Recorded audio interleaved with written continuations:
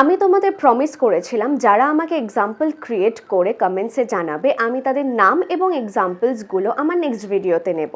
Already আগের ভিডিওতে দুজন এক্সাম্পলস বানিয়ে আমাকে কমেন্ট করেছিল, তাদের নাম আমি নিয়েছি এবং তাদের এক্সাম্পলসগুলো আমার ভিডিওতে শেয়ার করেছি। সেই ভিডিওতে আরও একজন এক্সাম্পলস বানিয়ে আমাকে কমেন্ট করেছিল, আজকে তার নাম এবং সেই এক্সাম্পলসটা ভিডিওতে নেওয়ার পালা। চলো দেখে নেওয়া যাক সে কি এক্সাম্পলস আমাদের কমেন্ট করেছে।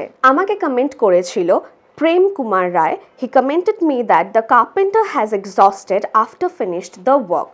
এখানে কিছু ছোট ছোট মিস্টেক আছে, সেই মিস্টেকগুলোকে চলো দেখে নেওয়া যাক। প্রথমে এই সেন্টেন্সটা যদি আমি বাংলাতে লিটারালি মিনিং করি তাহলে এটা হবে যে কার্পেন্টারটি, কাঠের মিস্ত্রিটি কাজ শেষ করার পর প্রচণ্ড ক্লান্ত হয়ে পড়েছিল। তাহলে বোঝা যাচ্ছে যে এই সেন্টেন্সটা একটা সিম্পল পাস্ট টেন্স এবং অবশ্যই মনে রাখবে এই এক্সস্টেড এই অ্যাডজেক্টিভটার আগে কখনো হ্যাজ এক্সস্টেড হয় না, সবসময় ওয়াজ এক্সস্টেড হয়, সিম্পল পাস্ট টেন্স হয়। তাহলে কি হবে? The carpenter was exhausted.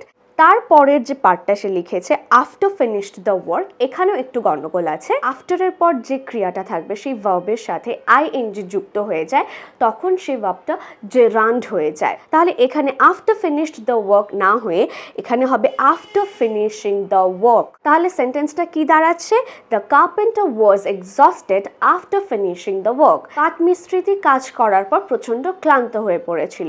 The carpenter was exhausted after finishing the work. তাহলে এভাবেও কিন্তু তোমরা এক্সাম্পলস বানিয়ে আমাকে কমেন্ট করতে পারো, ঠিক হোক ভুল হোক আমি সবার এক্সাম্পলসগুলো আমার ভিডিওতে নেব।